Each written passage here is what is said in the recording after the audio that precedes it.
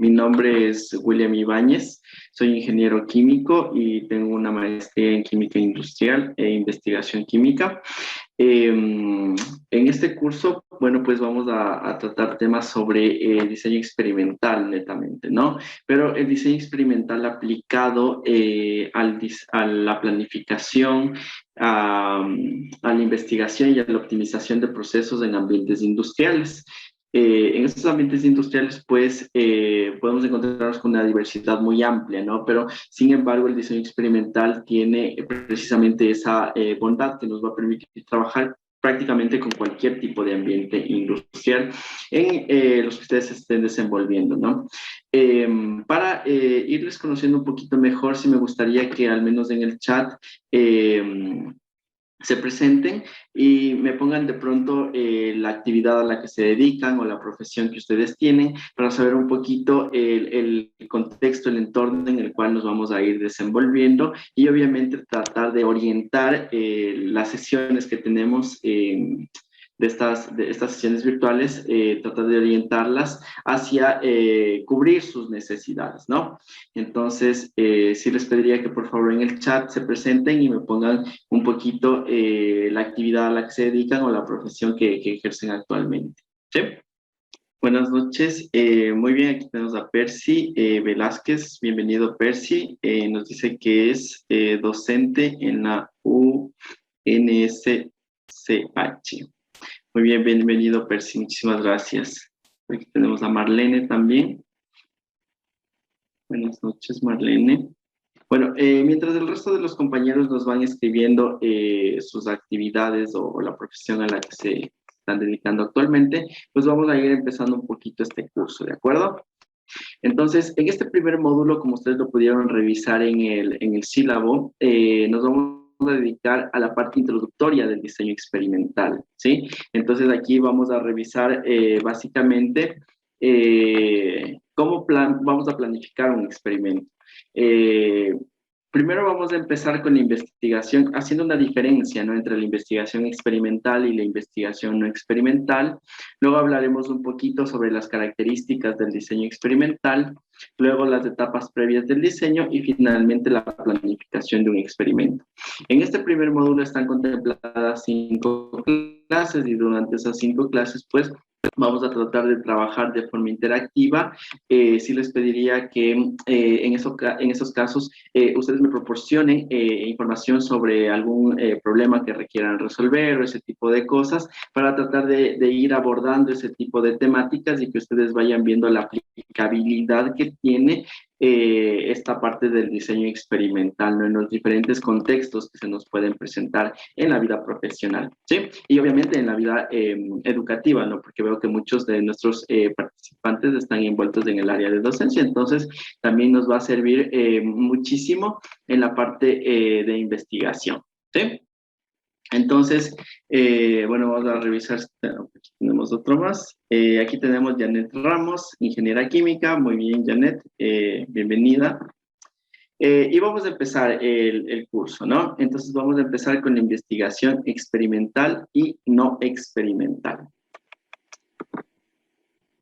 Entonces, obviamente tenemos que hacer diferencia entre qué es una investigación experimental y una investigación no experimental, ¿no es cierto? Entonces, generalmente, cuando estamos abordando estos temas, a veces como que se nos complica un poquito, no los distinguimos bien, ¿no? Pero ese es el objetivo de este curso, tratar de ir dilucidando todo esto.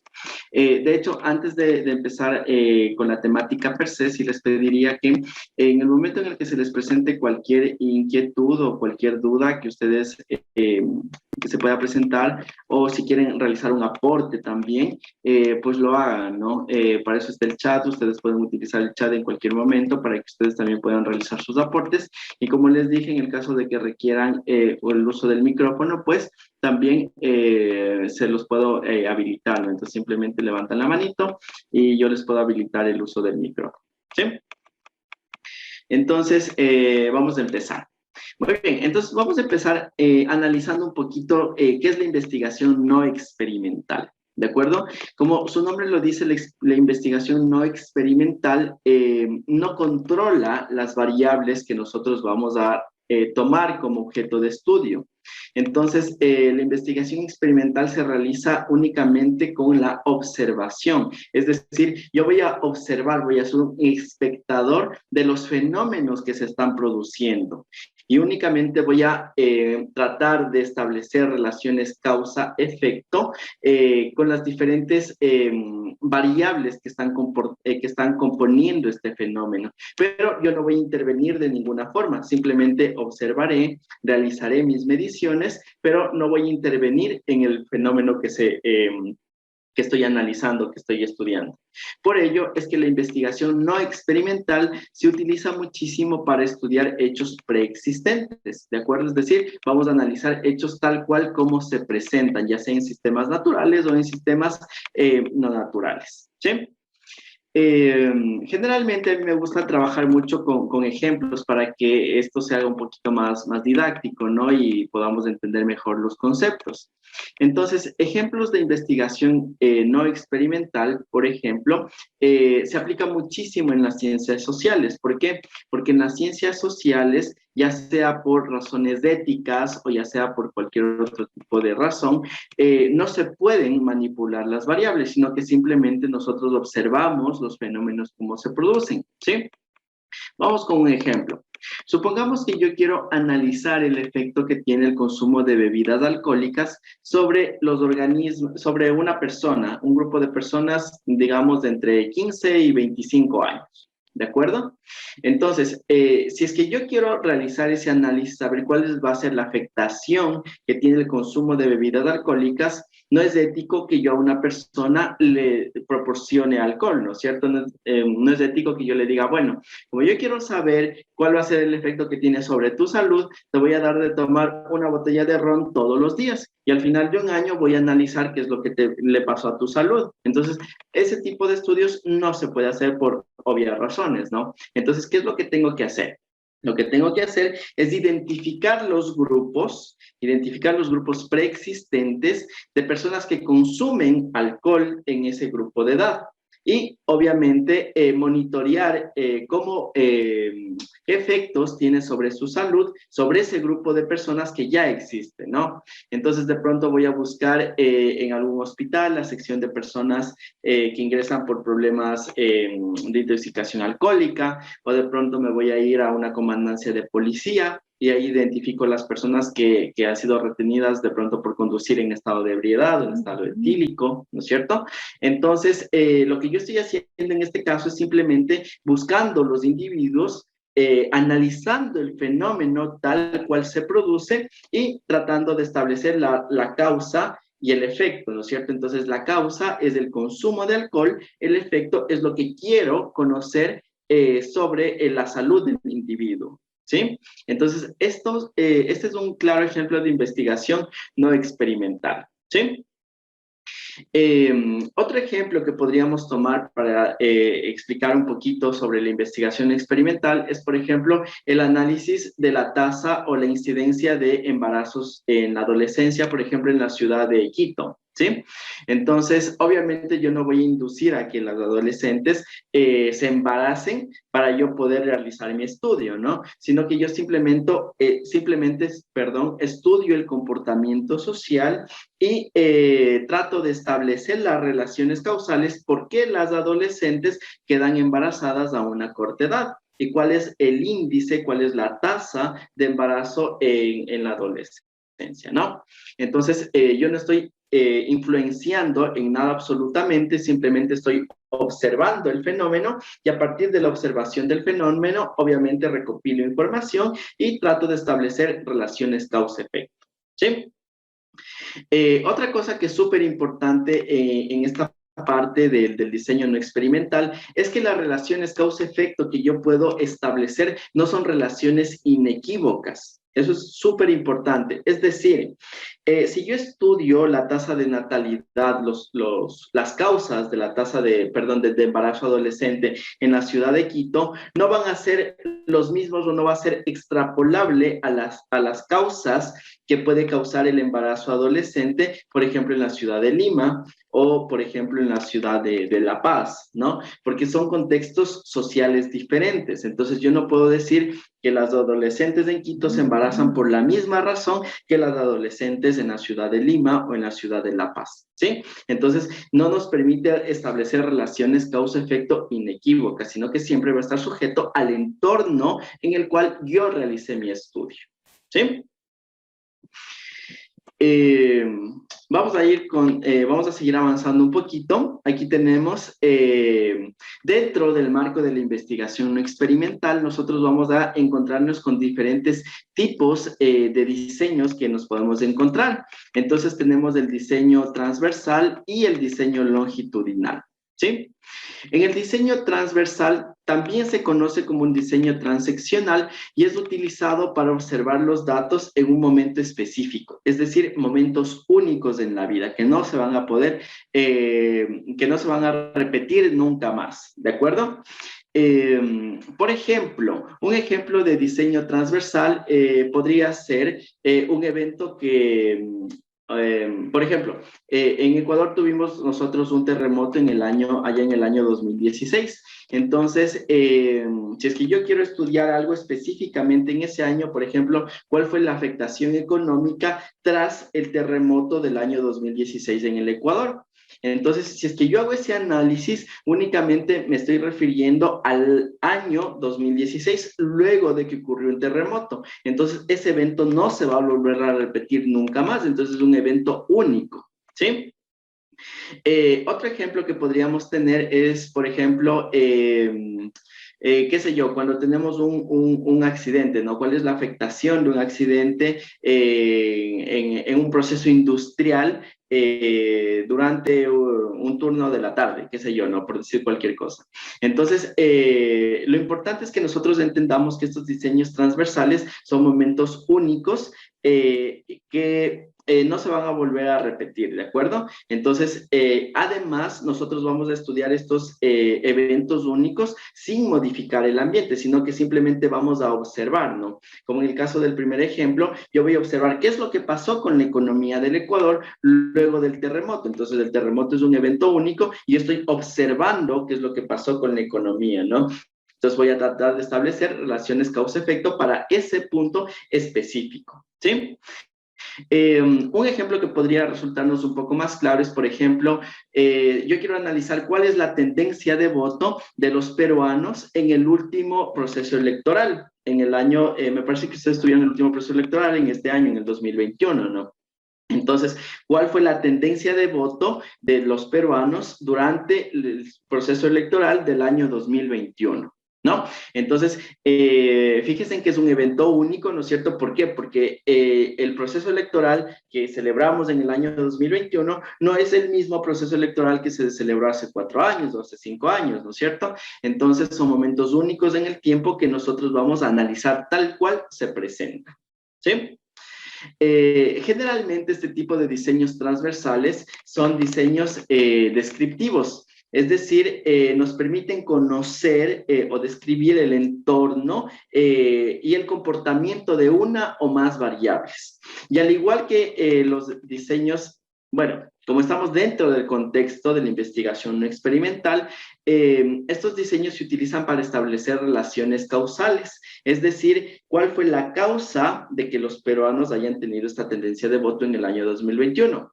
¿Cuál es la causa de que la economía ecuatoriana se haya visto afectada por el terremoto del año 2016? Entonces, esto es lo que nos permite realizar este tipo de diseños transversales, ¿sí? Generalmente los diseños transversales no describen a variables individualmente, sino que trata de explicar cómo interaccionan todas estas variables, ¿sí? Entonces, siempre vamos a tener que identificar muchos tipos de variables y vamos a tratar de explicar cómo interaccionan estas variables para darnos un efecto determinado sobre el fenómeno que estemos estudiando. Ahora vamos a hablar un poquito sobre el diseño longitudinal. En este diseño longitudinal nos permite analizar tendencias a lo largo del tiempo, es decir, cómo está evolucionando un fenómeno en particular. Un ejemplo muy claro de este diseño longitudinal es, por ejemplo, el análisis de la evolución de la tasa de natalidad en una ciudad determinada, ¿no? Entonces, supongamos que yo quiero conocer cuál fue el análisis, perdón, cuál es la tendencia o el cambio que tiene la tasa de natalidad en la ciudad de Quito en el periodo 2010-2020. Entonces, fíjense que ahí tengo un rango de tiempo, tengo un intervalo de tiempo y yo cada año voy a ir analizando cuál es la tasa de natalidad en la ciudad de Quito y obviamente cada uno de estos puntos que representa un año me va a dar una tendencia y me va a permitir conocer cómo cambia, cómo evoluciona esta tasa de natalidad en el periodo de 10 años. ¿Sí? Otro ejemplo podría ser cuál es la tendencia de voto en los ecuatorianos en los últimos 3 periodos electorales. ¿Sí? Entonces, fíjense que aquí estamos ya planteándonos incluso diferencias entre el diseño longitudinal y el diseño transversal, ¿no es cierto? En el diseño transversal yo analizaba el año electoral específico, un solo año único, ¿no es cierto? Ahora en el diseño longitudinal, yo voy a analizar la tendencia que tuvo el voto durante los últimos 3 periodos electorales. Entonces, ahí estamos viendo que vamos a ver cómo cambia la tendencia de voto, no se va a izquierda, derecha, cuál gana, etcétera, etcétera, ¿no? Pero lo importante es que comprendamos esto, ¿no? Este concepto del diseño transversal y longitudinal. Generalmente este diseño longitudinal se aplica en forma de panel, es decir, que existen grupos específicos que se miden en todos los momentos, ¿no? Entonces, generalmente vamos a tener un grupo específico y sobre ese grupo específico vamos a ir analizando cómo se va comportando, ¿sí? Este tipo de diseños longitudinales, por ejemplo, también se utiliza muchísimo en estudios clínicos. Entonces, se seleccionan pacientes que tengan alguna patología, ¿no es cierto? Y le vamos dando el seguimiento a lo largo de, qué sé yo, un periodo de 5, 10 años y vamos mirando la evolución que ha tenido el paciente en función de algún tratamiento en particular que se le esté dando, ¿no? Entonces, este tipo de ensayos longitudinales también se los aplica mucho a nivel clínico. Ok. Y ahora vamos a hablar un poquito sobre el diseño experimental, sobre la investigación experimental, ¿no? Y vamos a hacer una diferencia entre la investigación experimental y la investigación no experimental, ¿sí? Entonces, las características que tiene la investigación experimental es que nosotros vamos a manipular las variables, vamos a cambiar las variables que queremos estudiar a nuestro antojo, es decir, en función de las necesidades que nosotros tengamos. Segundo, que siempre vamos a trabajar en un ambiente controlado o vamos a tratar de trabajar en un ambiente lo más controlado posible. Es decir, que no exista variabilidad en el medio. Y tercero, nuevamente, esta investigación experimental busca establecer relaciones causa-efecto. Pero en este caso, las relaciones causa-efecto ya no van a ser tan aisladas o tan particulares como en la investigación experimental, sino que en este caso ya podemos establecer relaciones causa-efecto con una mayor seguridad o con un mayor, con un mayor nivel de seguridad, ¿no? Porque nosotros estamos modificando las variables, estamos controlando estas variables y por lo tanto podemos eliminar un poquito el efecto de la aleatoriedad, el efecto del error experimental y con eso podemos tener un poco más de certeza que el efecto que se está generando sobre la variable de respuesta sea producto de la manipulación en los factores que yo estoy realizando, ¿sí? Entonces, para que nos quede un poquito más claro, vamos a plantearnos otro ejemplo, ¿no? Vamos a suponer, vamos a hacer una distinción entre la investigación experimental y la investigación no experimental, ¿no? Como la investigación experimental nos dice que nosotros tenemos que manipular las variables, en cambio en la investigación no experimental simplemente observamos el comportamiento. Un ejemplo bastante claro es, supongamos que tenemos una persona, ¿no? Entonces, si es que yo a esta persona le doy un estímulo, le estimulo para que se enoje, para que se enfade, un estímulo externo, ¿no? Puede ser ruido, puede ser, qué sé yo, variaciones de la temperatura, cualquier cosa que le incomode y esta persona pueda llegar a enfadarse. Entonces, para poder analizar el comportamiento que tiene la persona cuando se ha enfadado, entonces se trata de una investigación experimental, ¿no es cierto? ¿Por qué?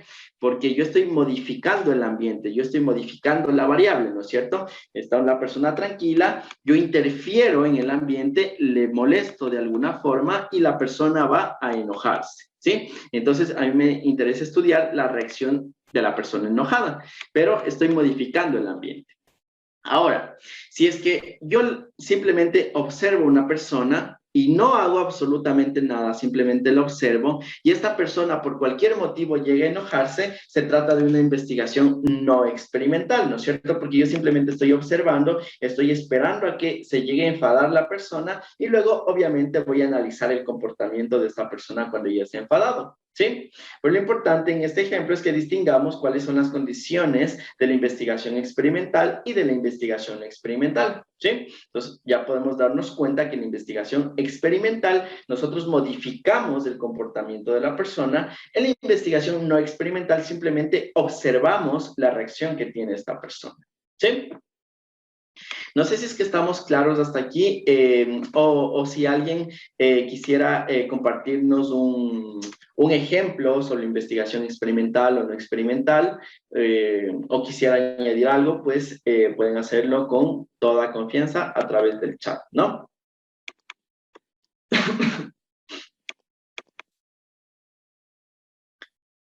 Ok, entonces mientras nos llegan sus aportes, pues vamos a continuar, ¿no?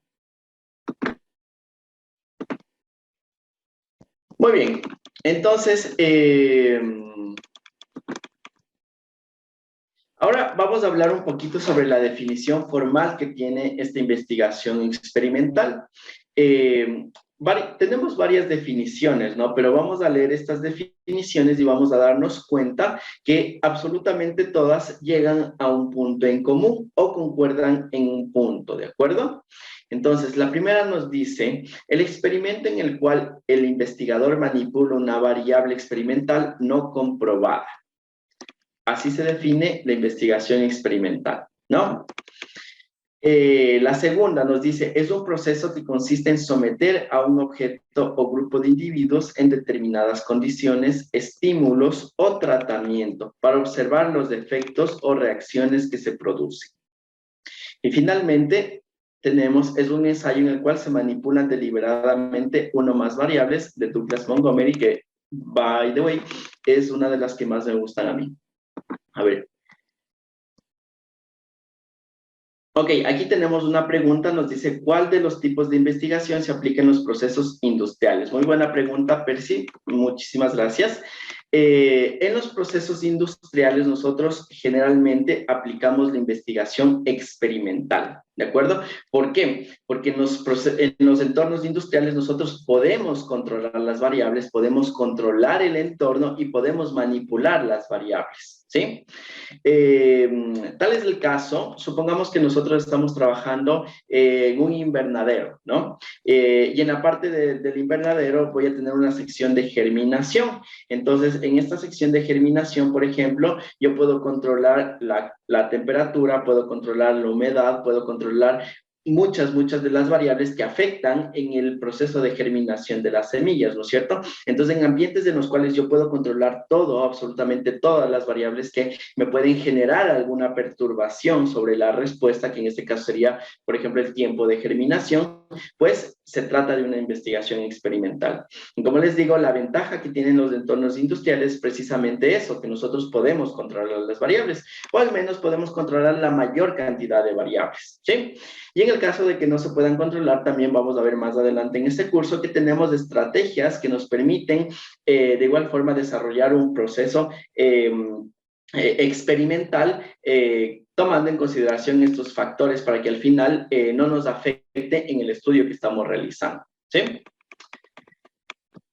Muy bien, entonces, retomando al tema que estábamos en las definiciones de investigación experimental, pues, como les había dicho, estas tres definiciones tienen un punto en común, ¿no es cierto? Y es que todas nos hablan de ¿qué? Nos hablan de manipulación de variables, es decir, que yo voy a cambiar el entorno, yo voy a modificar el entorno, yo voy a realizar una acción que me permita...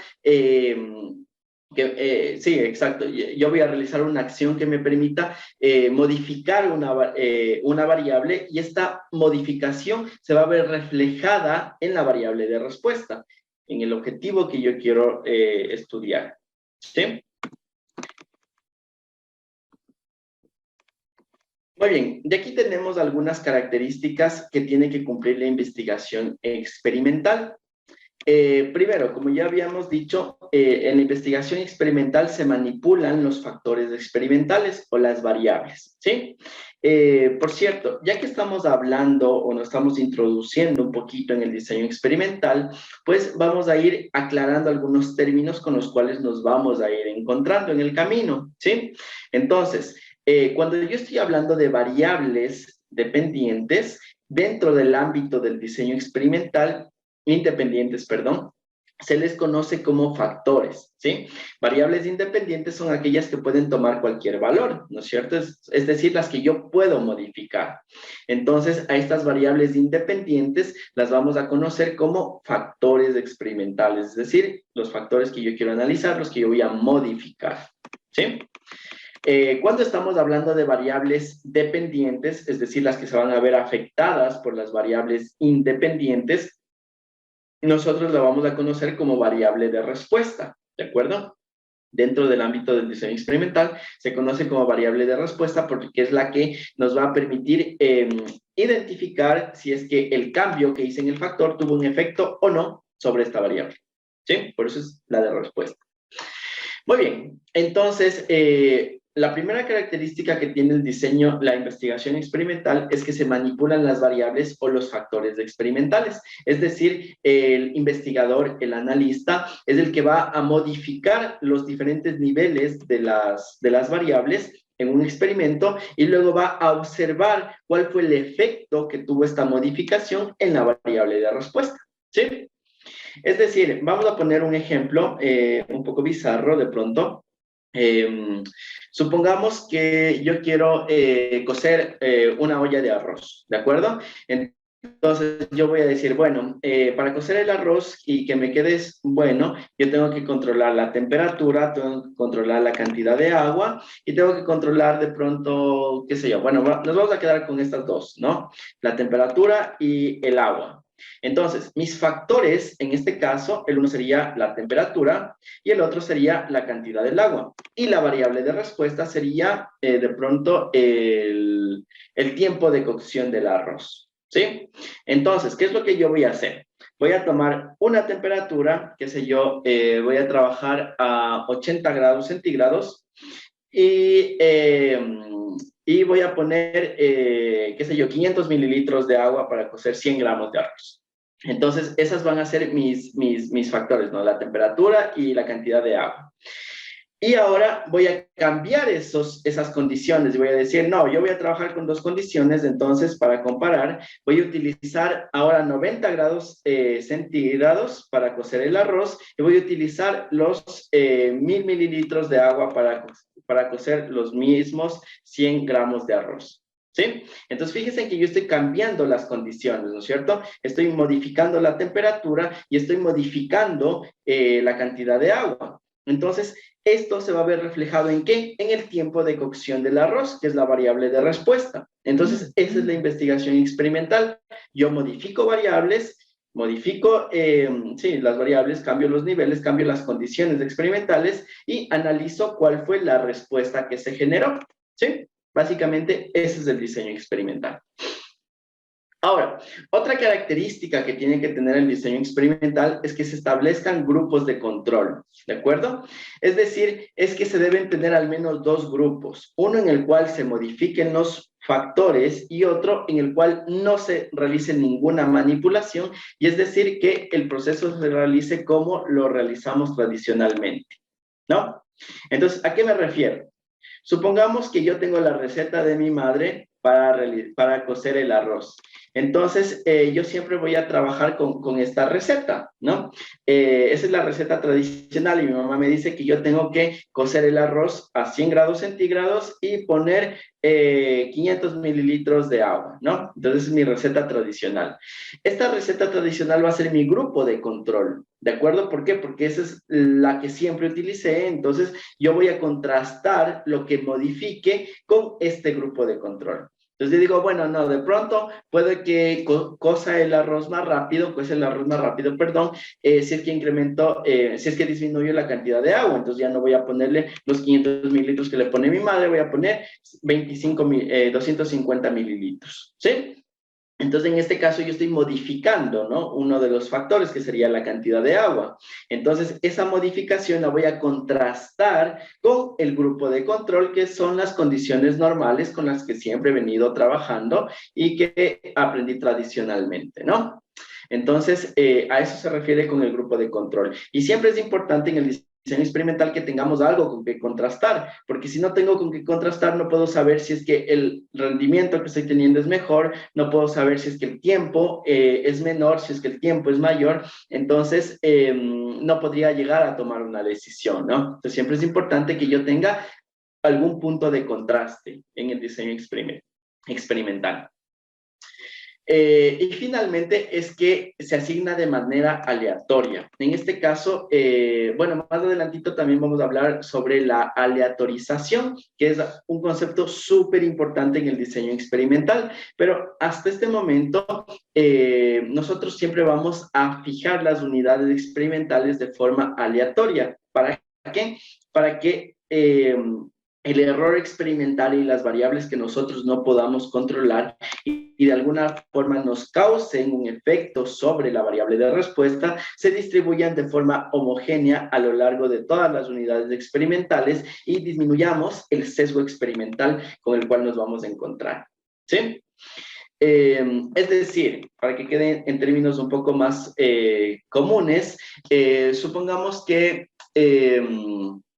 yo tengo, yo voy a preparar el arroz, ¿no? Y yo tengo 3 sacos de arroz diferentes. Entonces, si es que yo tengo que seleccionar al azar el arroz de cada uno de los sacos. ¿Por qué? Porque como son sacos diferentes de los cuales proviene el arroz, puede que tengan alguna característica diferente. Incluso si es que son de la misma marca, incluso son del mismo tipo, puede que tengan alguna característica diferente. ¿De acuerdo?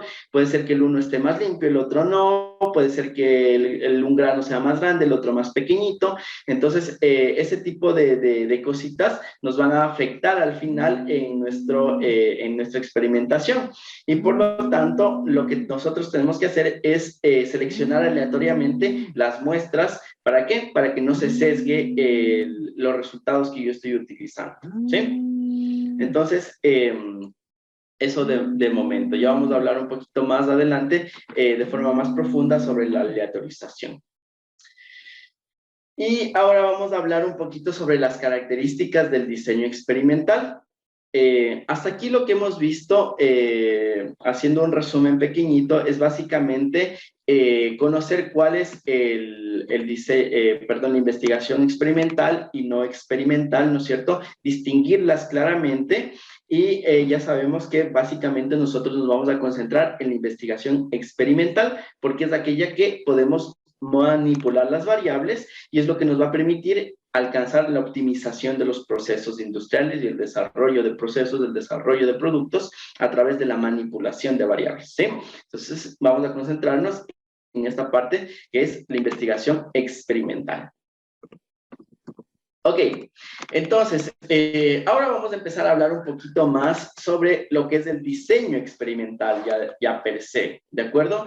Entonces, el diseño experimental básicamente se define como un conjunto de pruebas en las cuales se hacen cambios deliberados para observar el efecto en la variable de salida, ¿sí?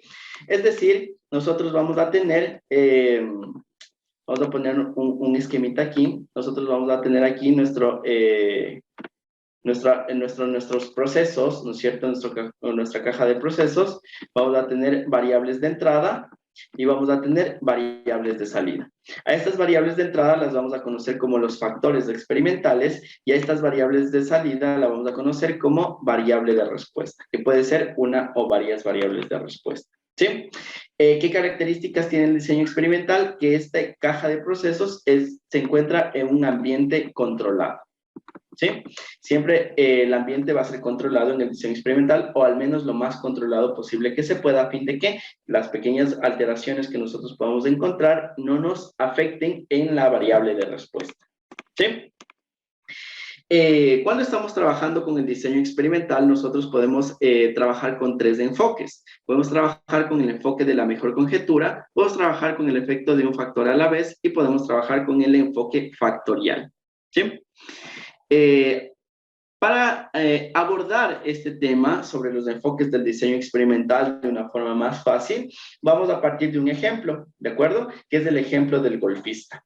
Entonces, en el ejemplo del golfista, nos dice que tenemos una persona que obviamente va a jugar golf, ¿no es cierto? Pero la puntuación que alcanza esta persona, que sería nuestra variable de respuesta, va a responder a diferentes factores. Entonces, entre los factores que se pueden identificar van a ser el tipo de palo utilizado, el tipo de pelota utilizada, el caminar cargando los palos o utilizar un carrito, el beber agua o beber cerveza durante el juego, el jugar en la mañana o en la tarde, obviamente por cuestiones de luminosidad, el jugar cuando hace frío o cuando hace calor, el tipo de spikes utilizados en los zapatos y jugar en un día con viento o un día apacible, ¿no? Entonces, los expertos del golf nos dicen que estos son los principales factores que pueden afectar sobre la puntuación de un jugador, ¿no es cierto? Entonces, estos factores que nosotros nos encontramos aquí son nuestras variables independientes, ¿no? Son los que nosotros podemos manipular, los que nosotros podemos, cambiar deliberadamente. Entonces, aquí yo puedo seleccionar el palo con el que voy a jugar, ¿no es cierto? Puedo seleccionar un palo chico, un palo grande, puedo seleccionar el tipo de pelota con la cual voy a trabajar, puedo seleccionar el tipo de bebida que voy a consumir durante el juego, ¿no es cierto? Entonces son variables que pueden tomar cualquier valor, porque yo puedo seleccionar y puedo darle ese valor, ¿sí? Pero la selección que yo haga con estas variables va a tener incidencia sobre la puntuación, que sería nuestra variable de respuesta, ¿no es cierto? Porque de pronto el utilizar un palo grande o un palo chico me va a dar cierta ventaja o desventaja sobre el score que yo pueda alcanzar. O el beber agua o cerveza para hidratarme también me puede cambiar el score que yo voy a alcanzar al final del juego, ¿sí? Entonces, básicamente, este es el contexto del diseño experimental. Ahora, para este ejemplo nos proponen algunos supuestos. Entonces nos dice que con base en la experiencia del jugador, los factores del 5 al 8 se pueden ignorar, dado que los efectos no son relevantes, ¿no? Entonces, es decir, estos últimos 3 factores, jugar cuando hace frío, el tipo de spikes o jugar en un día con viento, por la experiencia que tiene el jugador, me dice, bueno, si juego cuando hace frío, hace calor, la verdad, saco la misma puntuación, entonces no pasa nada, el efecto es muy pequeñito. Si juego un día con viento, un día pasible, va a pasar exactamente lo mismo. Entonces, el efecto que van a tener estas variables es poco significativo, por lo tanto, les saco del diseño experimental, ¿sí? Y me quedo únicamente con los 5 primeros factores que pueden causarme un mayor efecto en la puntuación que voy a tener. Es decir, van a tener mayor incidencia en la puntuación que voy a tener al final del partido, ¿no? Entonces, vamos a empezar con el enfoque de la mejor conjetura. El enfoque de la mejor conjetura nos dice, bueno, como yo he jugado muchísimos años este juego, este golf, entonces a mí me ha funcionado siempre utilizar un palo grande, utilizar una pelota de goma de balata, transportarme en el carrito y tomar agua. Sí, esa es mi receta, esa es mi receta, eso es lo que me ha dado buenos resultados, entonces yo voy a partir de ese punto, ¿de acuerdo? Entonces, a partir de este punto yo voy a generar un score, ¿no es cierto? Voy a generar una variable de respuesta. Y me dice que en este caso fue de 87 puntos. Entonces, eso fue lo que alcancé con la primera combinación que a mí me funciona y que yo conozco, ¿no? Ahora, si yo quiero mejorar la puntuación, digo, bueno, de pronto me sentí un poco incómodo jugando con el palo grande, entonces voy a jugar con un palo más chico y ahí voy a ver si es que alcanzo una mayor puntuación. Entonces, el resto de condiciones las voy a mantener iguales y simplemente voy a cambiar la condición del palo, ¿no? Y voy a utilizar un palo grande, perdón, un palo chico en lugar del palo grande. ¿Sí? Y nuevamente juego y alcanzo una puntuación diferente, ¿sí? Si es que esta puntuación es mayor o menor, pero yo considero que puedo seguir mejorando la puntuación, puedo seguir cambiando las variables, es decir, bueno, con el palo chico me fue bien, pero yo creo que de pronto puedo alcanzar una mejor puntuación utilizando una pelota de goma de balata. O en lugar de agua voy a beber cerveza porque eso me refresca más. Entonces cambio los dos factores, modifico a una nueva condición y nuevamente juego, ¿no? Y reviso el score que alcanzo. Entonces, si ustedes se dan cuenta, en este caso vamos yendo punto por punto, ¿no? Entonces, parto de un punto inicial y luego modifico las condiciones hacia otro punto, modifico las condiciones hacia otro punto. ¿Cuál es el objetivo de ir cambiando estas condiciones? Ir mejorando el score, ¿no es cierto? Ir identificando cuáles son las mejores condiciones para llevar a cabo mi partido de golf, ¿sí? Entonces, este tipo de enfoques nos va a funcionar siempre y cuando la persona que está trabajando tenga una experticia súper grande en el proceso que está trabajando, ¿sí? Es decir, el jugador de golf tiene que ser un experto para poder realizar eso, porque si no, no nos va a funcionar. ¿Por qué no nos va a funcionar? Porque estamos jugando, si es que yo no conozco el proceso, si es que no conozco cómo va a cambiar el proceso, cómo se va a afectar al modificar las variables, simplemente yo estaría jugando a ciegas, ¿no es cierto? Porque no estoy viendo hacia dónde estoy yendo, simplemente estoy modificando aleatoriamente factores y no voy a llegar a un punto en el cual pueda alcanzar las mejores condiciones de operación de mi proceso, no voy a alcanzar el punto en el cual voy a tener la mejor fórmula para desarrollar un producto, ¿sí? Entonces, este tipo de enfoques nos sirve únicamente cuando el investigador tiene una experticia en el proceso, cuando conoce muchísimo del proceso que está trabajando, ¿sí? Entonces, si somos novatos, no es para nada recomendable utilizar este tipo de enfoques, ¿no? Vamos a continuar un poquito y ahora vamos a trabajar con el enfoque de un factor a la vez. En este caso, al igual que en el caso anterior, en función de la experiencia que tenga el investigador, vamos a sentar una línea base, ¿sí? Es decir, voy a trabajar con un palo grande, voy a trabajar con una pelota de goma, bueno, voy a seleccionar las condiciones en las cuales yo voy a trabajar, ¿sí? Una vez que yo seleccione estas condiciones de trabajo, voy a ir cambiando un factor a la vez, como dice su nombre. Entonces, supongamos que yo voy a trabajar en el punto inicial, ¿no? Voy a ir escribiendo aquí. En el punto inicial, vamos a trabajar con el palo grande, vamos a trabajar con la pelota de goma, vamos a trabajar caminando y vamos a utilizar agua para hidratarnos, ¿no? Entonces, esta va a ser mi línea base.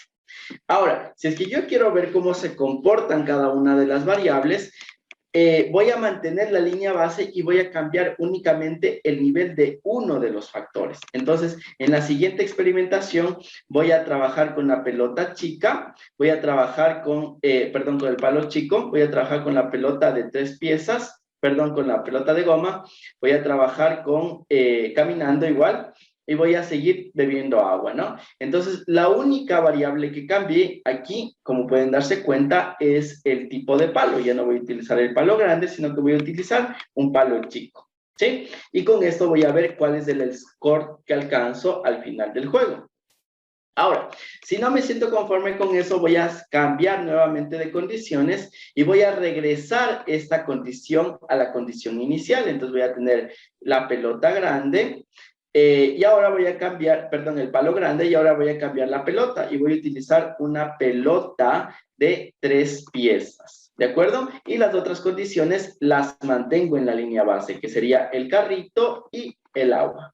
¿Sí? Entonces, fíjense que voy cambiando un solo factor y el resto de factores los mantengo en la línea base que me establecí al inicio de la experimentación.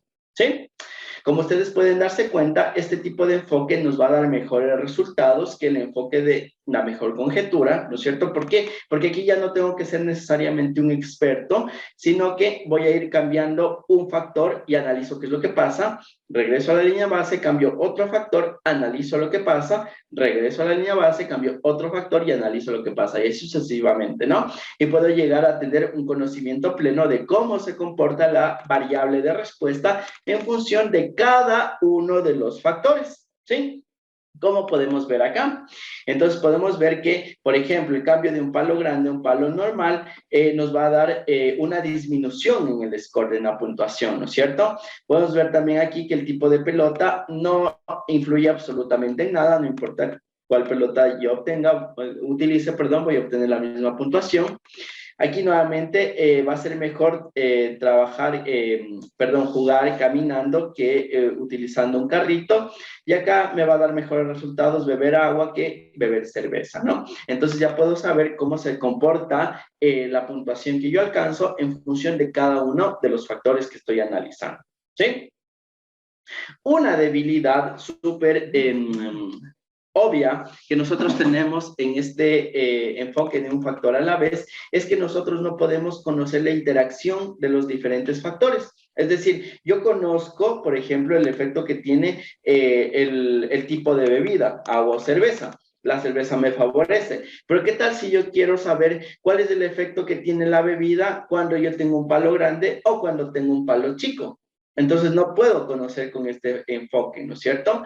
Para nosotros conocer los efectos que van a tener las interacciones de las variables, que muchas de las veces son mucho más importantes que las interacciones de las variables por sí, que los efectos de las variables por sí solas, entonces no me sirve este enfoque de un factor a la vez. Y por lo tanto, ahí tendría que utilizar el enfoque factorial, que es cambiar varios factores a la vez. ¿Sí? No sé si hasta aquí estamos claros en lo que estamos analizando. ¿Tienen alguna duda, alguna pregunta? De pronto algún aporte, sería bienvenido, ¿no? De igual forma, a las personas que ingresaron un poquito tarde en la clase, les había pedido a los compañeros, ¿no?, que se presenten en el chat y nos indiquen más o menos la actividad que ustedes realizan o la profesión que ustedes tienen para tratar de orientar un poquito mejor las clases hacia el grupo con el que estamos trabajando, ¿no? Eso es importante. Entonces, sí les pido que si pueden, sigan poniéndose en el chat, ¿no?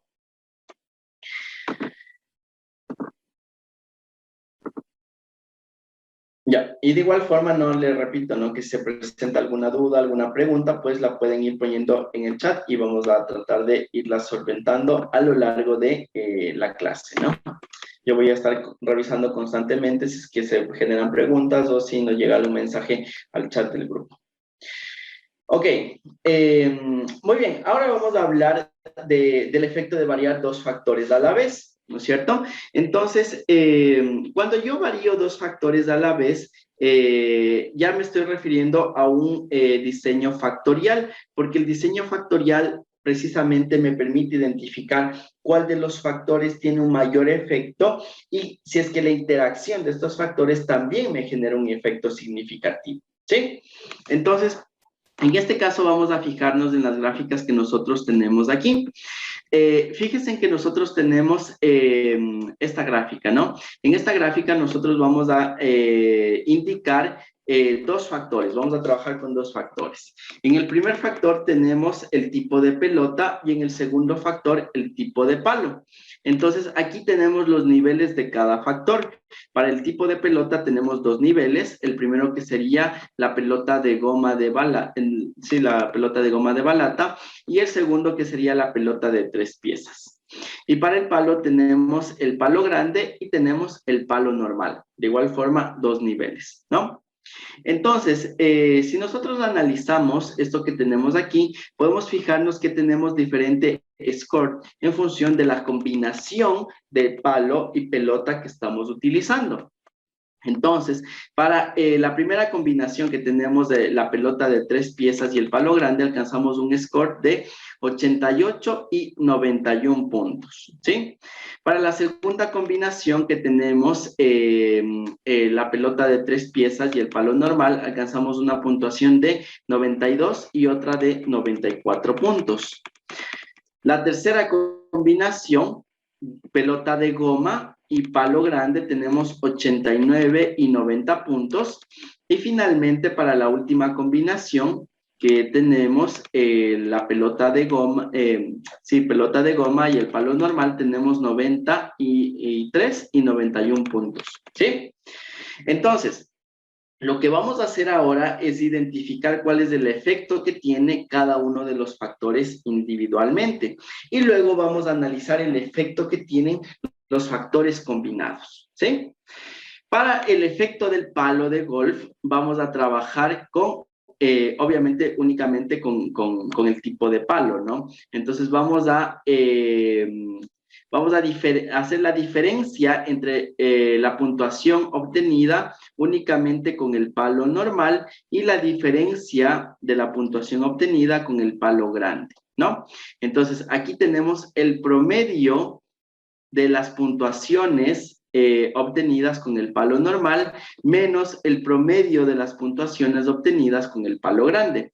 Y nos dice que esta distancia que existe entre ambos, esta distancia que estamos marcando aquí, nos da de 3.25, ¿no? Hasta el momento yo no sé si es que esta distancia es buena, es mala. ¿Por qué? Porque no tengo con qué contrastar, ¿no? Simplemente sé que tengo una diferencia de 3.25 puntos al utilizar un palo grande comparado con un palo normal de golf, en este ejemplo, ¿no? Ahora, para analizar el efecto que tiene la pelota, vamos a cuantificar esta diferencia que tenemos aquí, la diferencia vertical, ¿no? Que sería entre la pelota de 3 piezas y la pelota de goma. Entonces, nuevamente, hacemos la diferencia del promedio de las puntuaciones obtenidas con la pelota de 3 piezas, que son estas de aquí, menos la diferencia, el promedio que tenemos en la puntuación obtenida con la pelota de goma, que serían las 4 de acá, ¿no? Y este nos dice que tenemos una distancia de 0.75, es decir, voy a tener 0.75 puntos más en el score cuando yo utilizo una pelota de 3 piezas en relación a una pelota de goma, ¿no? Entonces ya puedo ver que ambos, tanto la pelota como el tipo de palo que estoy utilizando, tiene un efecto. ¿Cuál de estos tiene un efecto mayor o más importante? Obviamente el efecto que tiene el palo, ¿no? Porque al cambiar de palo yo estoy cambiando en 3.25 puntos el score que alcancé, en tanto que cuando cambié el tipo de pelota, únicamente se modificó en 0.25 la puntuación, ¿no? 0.75, perdón. Ahora, una vez que nosotros hemos identificado cuál es el efecto que tiene cada uno de estos factores de forma independiente, vamos a identificar si es que existe un efecto de la interacción de estos factores, ¿sí? Entonces, para ello, vamos a tomar la combinación de los diferentes niveles, ¿no? Entonces, vamos a tener, vamos a encontrar las distancias que existen entre estos puntos, ¿no? Entonces vamos a sumar cuál es la distancia que tenemos de la interacción palo-pelota en el nivel superior y la interacción palo-pelota en el nivel inferior. Cuando hacemos esto nos dice que tenemos un efecto de 0.25. Entonces podemos ver que el efecto de la interacción que tiene el cambiar el palo con la pelota al mismo tiempo es de 0.25. Obviamente es menor que el efecto, en este caso, ¿no? Obviamente es menor que el efecto que tienen los factores de forma independiente, pero podemos identificar que en realidad existe un efecto, ¿no? Además, si es que nosotros comparamos con el recuadro anterior, podemos ver que, por ejemplo, en el caso de la puntuación obtenida utilizando, analizando, perdón, únicamente el tipo de pelota, no teníamos ningún efecto en absoluto. Pero cuando introducimos la segunda variable, que en este caso sería el tipo de palo, sí que vamos a tener un efecto del tipo de pelota, ¿no? Entonces, no es lo mismo que yo trabaje con una pelota de goma con un palo grande o un palo chico, o con una pelota de 3 piezas con un palo grande o con un palo chico, ¿no? Porque va a cambiar las condiciones y obviamente va a tener un efecto sobre la variable de respuesta, que en este caso es el score que estoy alcanzando. ¿Sí? Entonces, como ustedes pueden darse cuenta, el enfoque factorial que nosotros podemos darles a nuestros experimentos es un enfoque mucho más completo. ¿Por qué? Porque no solo nos permite identificar el efecto que tiene cada uno de los factores, sino que nos permite identificar el efecto que tiene la combinación de los diferentes factores. Y esta combinación no simplemente la vamos a hacer entre dos factores, sino que la podemos hacer entre todos los factores que interfieran en el proceso. Y precisamente es eso lo que nos va a permitir llegar a la optimización de los procesos, el conocer la interacción que tienen todos los factores y cuáles son los más importantes en la variable de respuesta que vamos a... sí, no, ¿cuál va a ser el más importante que nosotros tengamos y el que nos va a afectar más en la variable de respuesta? Ok. Perdón. Muy bien. Y ahora vamos a continuar un poquito con las características del diseño experimental y ahora sí vamos a hablar un poco de conceptos que son más, conceptos que son claves del diseño experimental, que siempre vamos a tener que tenerlos presentes, ¿de acuerdo? Y vamos a hablar de los principios básicos sobre los cuales está fundamentado el diseño experimental. El primero, la realización de réplicas. El segundo, la aleatorización. Y el tercero, la formación de bloques. ¿Sí? Y vamos a empezar con la formación de réplicas, perdón, con las réplicas, ¿de acuerdo? Entonces, una réplica, yo creo que todos lo entendemos que es, ¿no es cierto? Una réplica se entiende como la repetición básica de un experimento. Es decir, eh, supongamos que yo estoy trabajando en una fábrica de chocolates, ¿no? Entonces, yo voy a producir un lote de chocolates, obviamente, ¿no? Entonces, supongamos que mi fábrica es bastante grande, entonces voy a trabajar con 3 turnos. Voy a tener el turno de la mañana, el turno de la tarde y el turno de la noche, ¿de acuerdo? Entonces, obviamente, en cada uno de estos turnos vamos a producir los mismos chocolates, porque la empresa produce ese tipo de chocolates, ¿de acuerdo? Entonces voy a producir el chocolate A, el chocolate A y el chocolate A en los 3 turnos, ¿sí? Como las condiciones en las que tiene que producirse, la fabricación de chocolates, tanto en la mañana como en la tarde como en la noche, tienen que ser las mismas porque yo estoy buscando el mismo producto. Entonces, cada uno de los turnos representa una réplica, ¿de acuerdo? Entonces, en el turno de la mañana es una réplica del turno de la tarde y el turno de la tarde es una réplica del turno de la noche, eso sucesivamente, ¿no?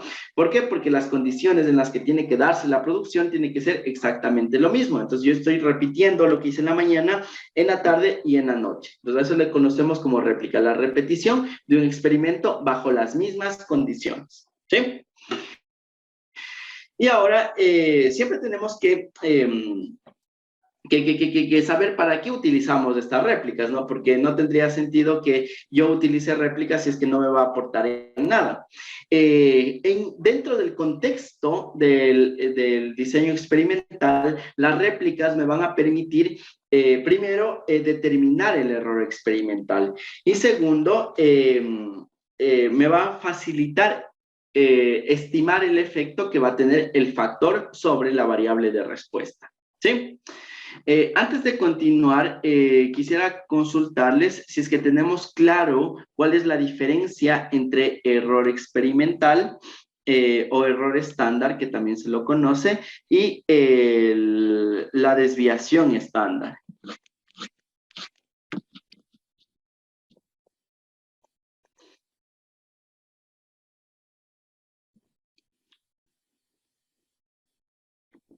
Bueno, de todas formas, voy a explicarles un poquito cuál es la diferencia. Estoy seguro que muchos de ustedes lo tienen súper claro, pero nunca está de más, ¿no? Aclarar este tipo de conceptos, ya que vamos a hablar mucho de error experimental o error estándar en este caso, ¿no? Muy bien, se entiende como desviación estándar la diferencia que existe entre los diferentes puntos de una población, es decir, qué tan alejados, qué tan dispersos se encuentran los puntos de la media de la población, ¿sí? Entonces, supongamos que yo tengo una dispersión de puntos, algo así, ¿no? Entonces tenemos nuestra dispersión de puntos. A lo largo de esta dispersión de puntos o como valor representativo de esta dispersión de puntos, nosotros vamos a tener un valor medio, ¿no es cierto? Entonces, la desviación estándar nos va a indicar qué tan lejos se encuentran estos puntos de su valor medio, ¿sí? Esa es la desviación estándar y nos permite conocer cuál es el comportamiento de los datos.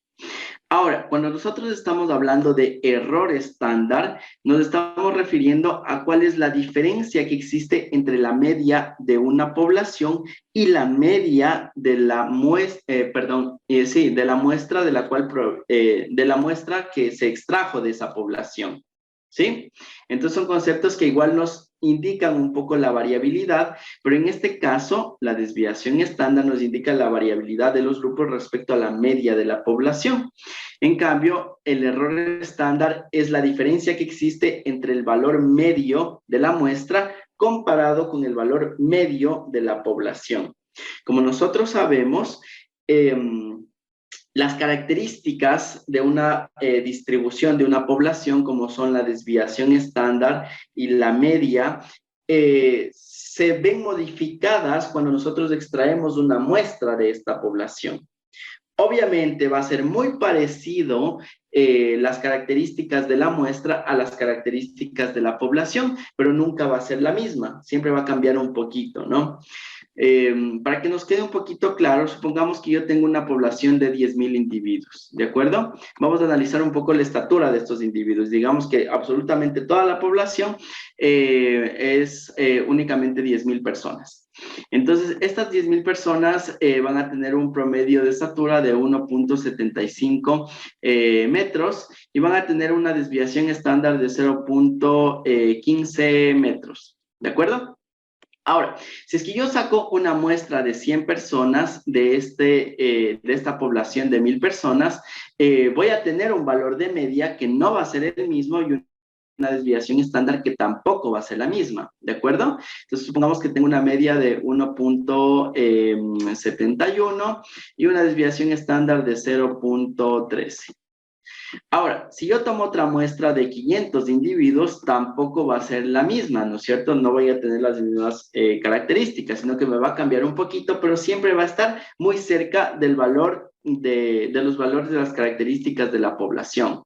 Entonces, supongamos que aquí tengo 1.72 y aquí tengo 0.11 de desviación estándar, ¿sí? Entonces, fíjense en que ambos valores de las muestras son muy parecidos a los valores de la población, pero no son los mismos. Entonces, estas diferencias que existen entre los valores de las muestras y las poblaciones se conocen como error estándar. Entonces, el error estándar no es únicamente aquel referido a la desviación estándar, porque puedo tener error estándar de la media, puedo tener error estándar de la varianza, puedo tener error estándar de la desviación, ¿sí? Entonces, el error estándar nos indica precisamente esta diferencia que existe entre las características de la muestra y las características de la población. Obviamente, cuando nosotros vamos incrementando el tamaño de la muestra, estas distancias se hacen más pequeñitas, ¿no? Porque cada vez la muestra se va pareciendo más hacia la población, ¿sí? Entonces, volvamos a lo que nos compete, ¿no? Cerramos este paréntesis y volvemos. ¿Y por qué estábamos hablando de esto? Porque en el momento en el que nosotros hacemos réplicas, las réplicas nos permiten estimar el error experimental, es decir, nos permiten estimar este error estándar, nos permiten saber cuán lejos estamos del valor real, que sería el valor de la población, ¿Sí? Entonces, este es súper importante. ¿Por qué? Porque este error estándar lo podemos identificar claramente y lo podemos sacar del efecto, ¿no? Para que quede un poquito más claro. Supongamos que yo obtuve un valor de 25 puntos de cualquier cosa, ¿no? Y el valor real de este 25 no es el 25, sino que son 30. ¿De acuerdo? Entonces, esta diferencia que yo tengo entre el 25 y el 30 va a conjugar el efecto que tienen todas las variables de mi sistema. Es decir, va a tener el efecto del factor que estoy analizando y va a tener el efecto del error estándar. ¿De acuerdo? Entonces, si es que a través de la realización de réplicas yo puedo identificar cuál es el efecto que tiene este error estándar, pues la ventaja que me está proporcionando es que yo puedo identificar claramente cuál es el efecto que tiene la variable, ¿sí? Esa es la principal ventaja que me da la realización de réplicas, que yo puedo estimar el error estándar y una vez que estimo el error estándar, obviamente puedo identificar el efecto que tiene el factor sobre la variable de respuesta de una forma más confiable, ¿sí? Ahora, vamos a dejar claro dos términos que usualmente se suelen confundir, que es el término de réplica y el término de repetición. Cuando nosotros estamos hablando de una réplica, como les dije, se producen en diferentes corridas experimentales, pero con condiciones idénticas, ¿no? Entonces, una réplica puede ser el turno de la mañana, el turno de la tarde y el turno de la noche. ¿Por qué? Porque son eventos diferentes, ¿no es cierto? Pero tienen las mismas condiciones. Por lo tanto, es una réplica del experimento, ¿sí? Y una repetición es cuando se produce una medición durante la misma corrida experimental. Es decir, si es que yo del turno de la mañana tomo 10 muestras, cada una de estas muestras de chocolate va a constituir una repetición. ¿No es cierto? ¿Por qué? Porque estoy tomando muestras de la misma corrida experimental, de las mismas condiciones, del mismo tiempo, básicamente, de la misma unidad experimental, porque no estoy variando la unidad experimental, simplemente estoy tomando una mayor cantidad de datos de esa unidad experimental. ¿De acuerdo? Entonces, para que nos quede más claro, ¿no? Si es que yo tomo 5 barras de chocolate del mismo lote, serían 5 repeticiones, ¿no es cierto? Pero en cambio, si yo tomo una barra de chocolate del primer lote, una barra de chocolate del segundo lote, que sería el turno de la tarde, y una barra del chocolate del tercer lote, que sería el turno de la noche, serían una repetición, ¿no es cierto? Porque estoy en diferentes unidades experimentales. No sé si está claro este concepto de réplica y repetición. Yo creo que sí, ¿no? Pero si tenemos alguna duda, pues podemos hacerla, ¿no?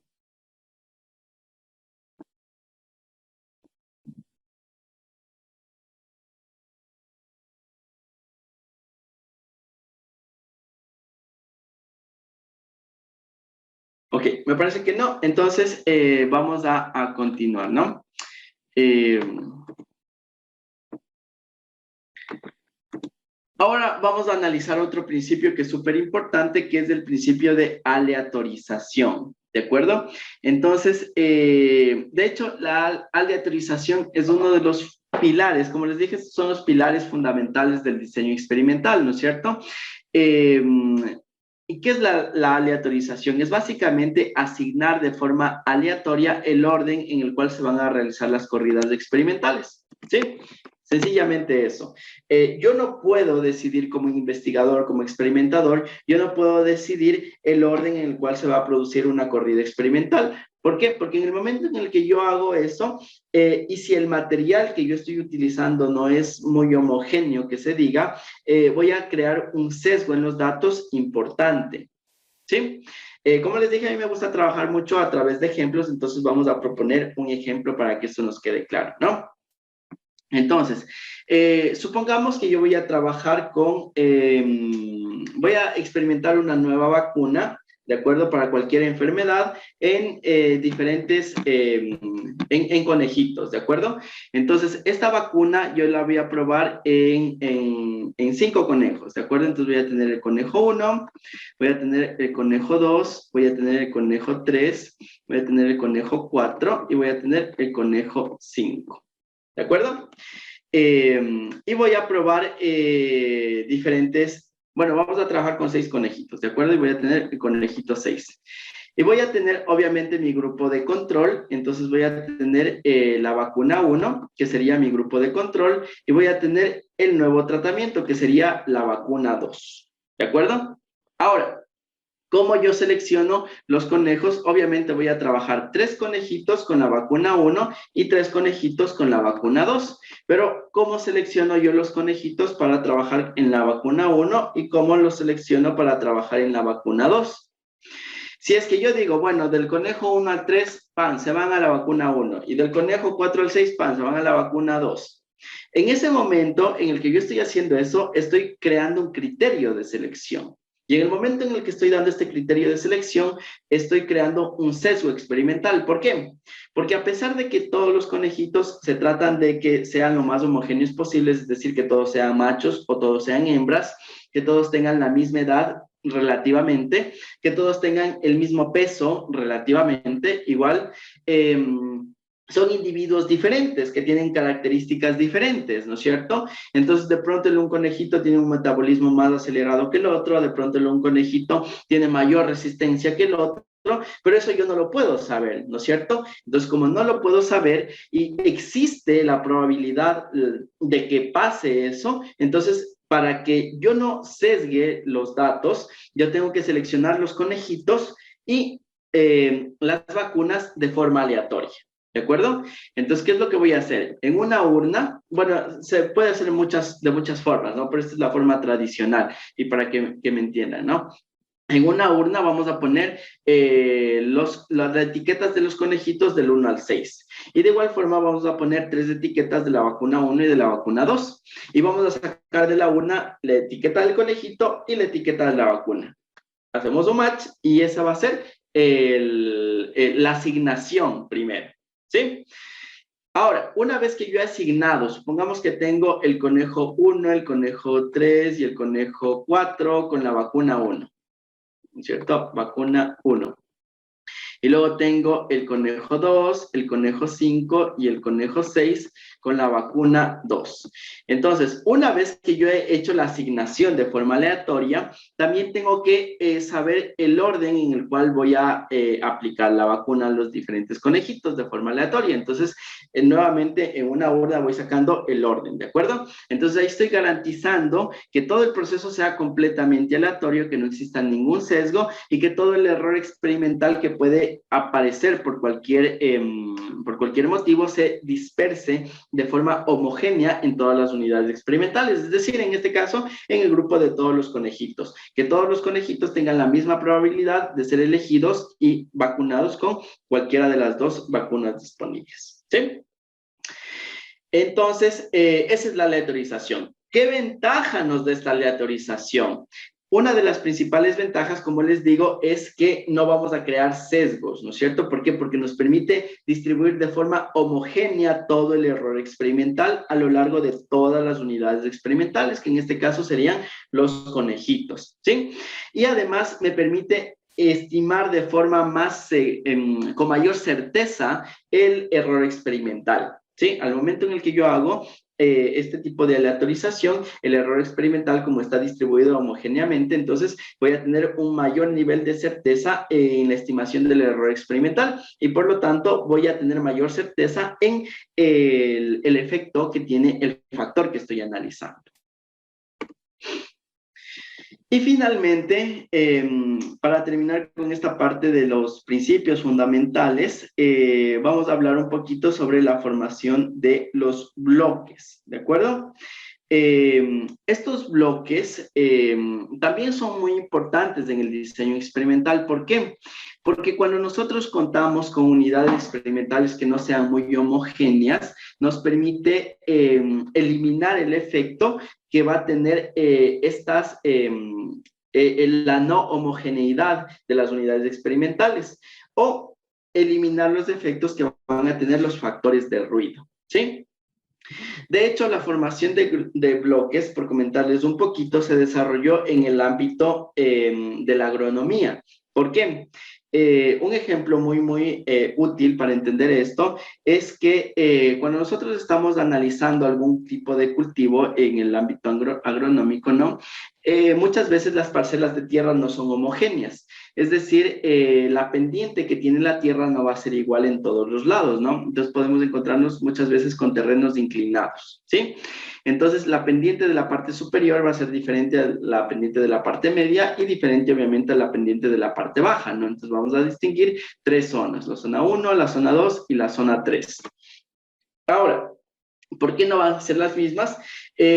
Porque la composición del suelo no va a ser la misma, la retención de nutrientes tampoco va a ser la misma, entonces no va a ser lo mismo que yo plante en la parcela 1 que plante en la parcela 3. ¿Por qué? Porque la parcela 1 tiene una pendiente mucho más pronunciada y va a producir un arrastre mucho mayor de los nutrientes y menor retención de agua también.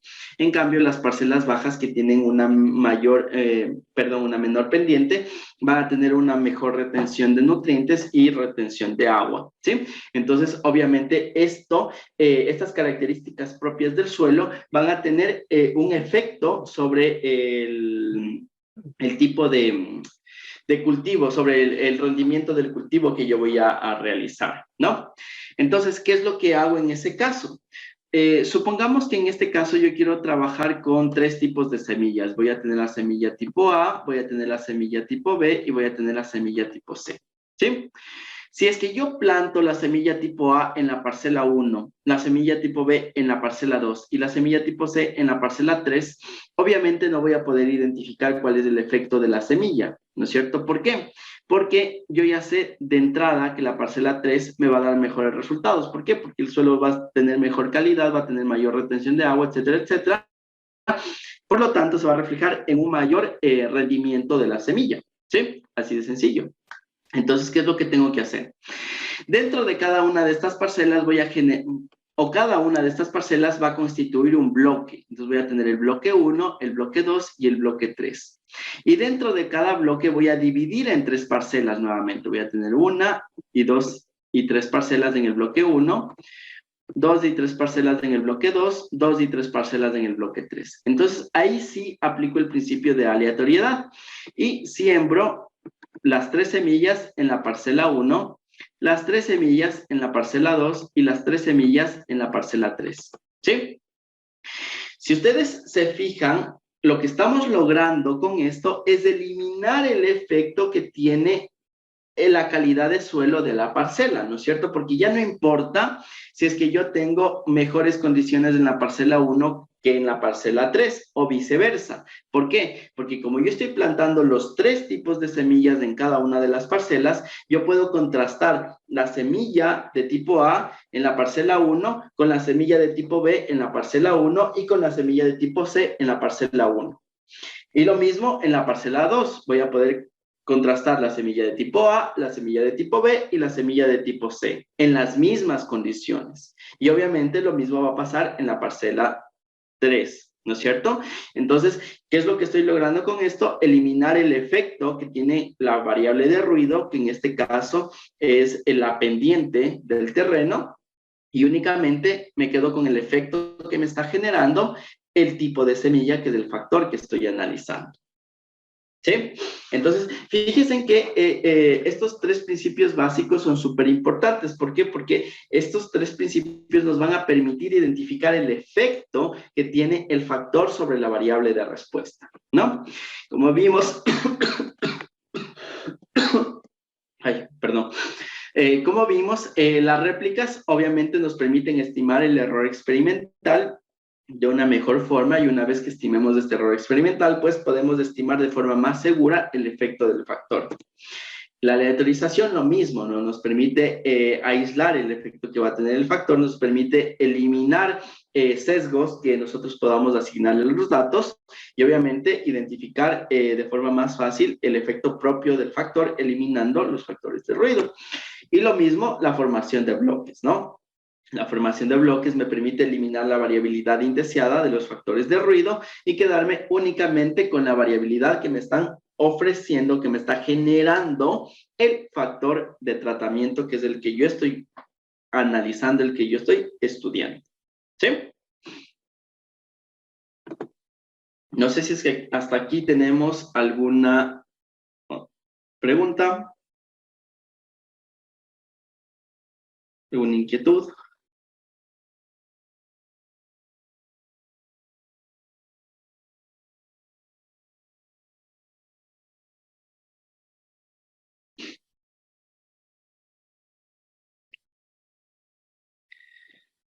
Ok, pues me parece que no. Entonces vamos a seguir avanzando, ¿no? De a poquito. Ok.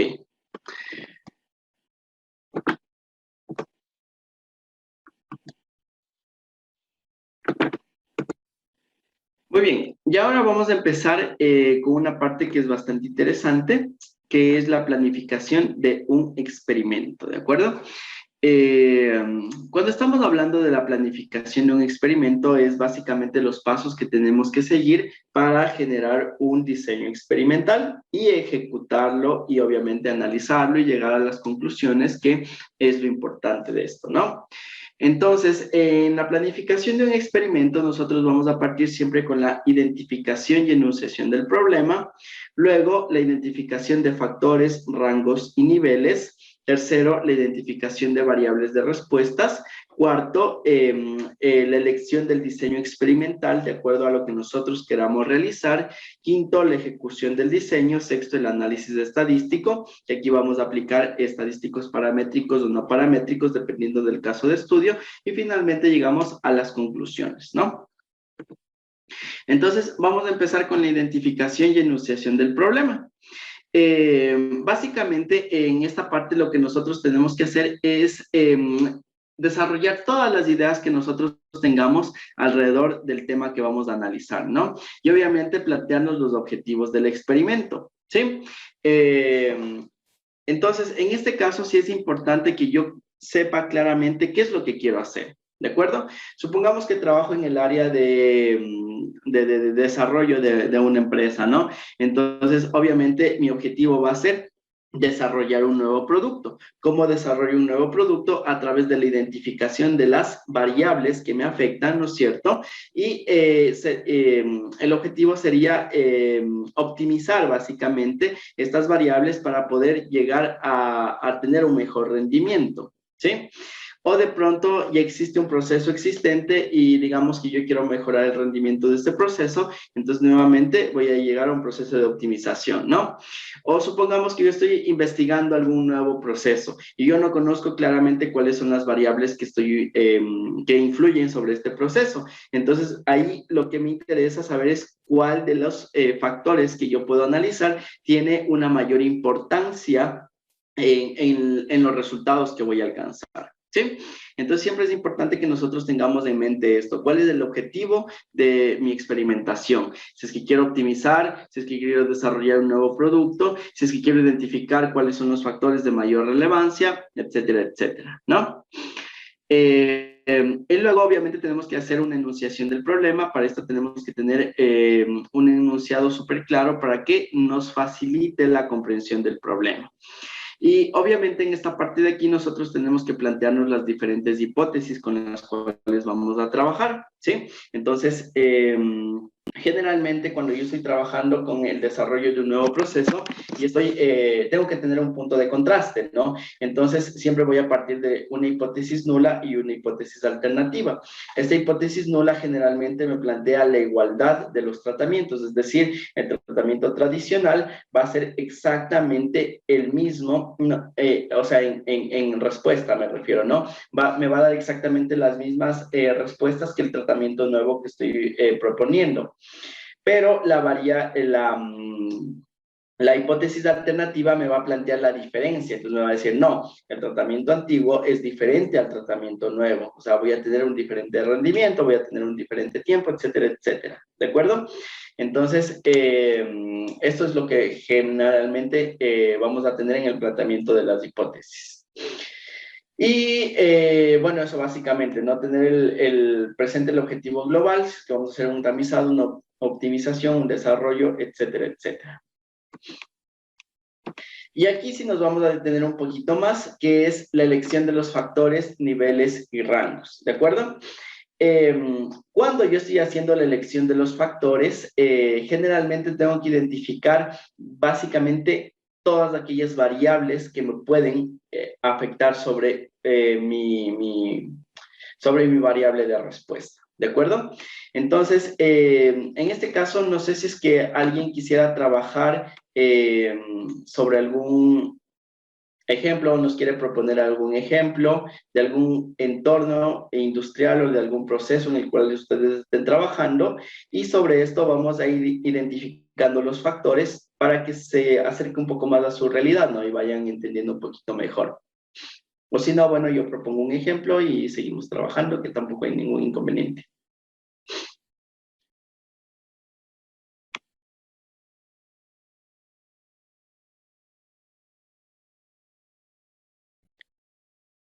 Ok, entonces, bueno, yo voy a ir proponiendo algún ejemplo. Entonces, supongamos que vamos a desarrollar un nuevo detergente, ¿de acuerdo? Un nuevo detergente en polvo. Entonces tengo mi nuevo detergente. Obviamente, los factores que... Detergente. Las variables que pueden afectar sobre el detergente van a ser el tipo de agua que yo utilice, la calidad de agua, ¿no es cierto? La calidad de agua, y no solo la calidad, sino la cantidad de agua que yo utilice para generar el slurry.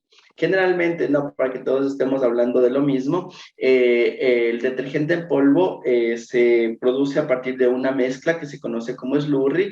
En esta mezcla, básicamente, tenemos agua, tenemos los tensoactivos, que son los principios activos, ¿no es cierto? Y tenemos incipientes que nos ayudan a mejorar la mezcla. Entonces se hace como una pasta, y esta pasta se la pasa a través de un proceso de atomización, y en este proceso de atomización pues se generan las gotitas o sea, las bolitas del detergente en polvo, ¿sí? Entonces, en este proceso, obviamente nos va a intervenir la cantidad y la calidad de agua que nosotros utilizamos en la formulación, va a intervenir el tipo de tensoactivo que nosotros utilicemos, ¿de acuerdo? El agente tensoactivo. De igual forma nos va a interferir la concentración del tensoactivo, ¿no? Nos va a interferir la temperatura a la cual nosotros realizamos la pasta. Nos va a interferir, qué sé yo, la temperatura de atomización, nos va a afectar la presión con la cual nosotros producimos el fenómeno de atomización. Muchas veces en la atomización se utiliza la adición de un gas para que la expansión y el secado sea más rápido. Esto generalmente se lo conoce, sí, bueno, vamos a ponerle como gas nada más, ¿ya? ¿De acuerdo? La adición o no del gas. Y bueno, obviamente la presión está relacionada con el flujo, ¿no es cierto? Y de pronto por ahí podemos considerar, qué sé yo, la viscosidad de la mezcla, ¿no?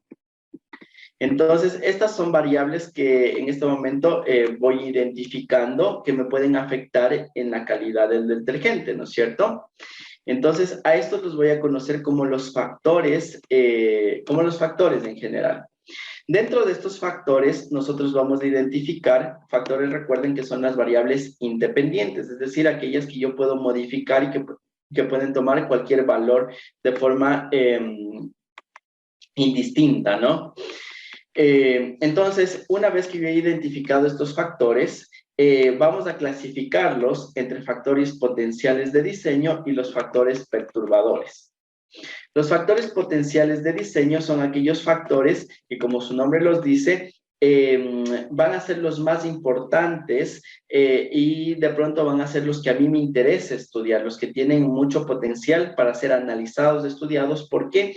Porque son generalmente factores que tienen una mayor influencia sobre la variable de respuesta, ¿sí? Van a ser las que tengan el mayor efecto en la variable de respuesta. Y finalmente, bueno, no, finalmente, por otro lado, vamos a tener los factores perturbadores.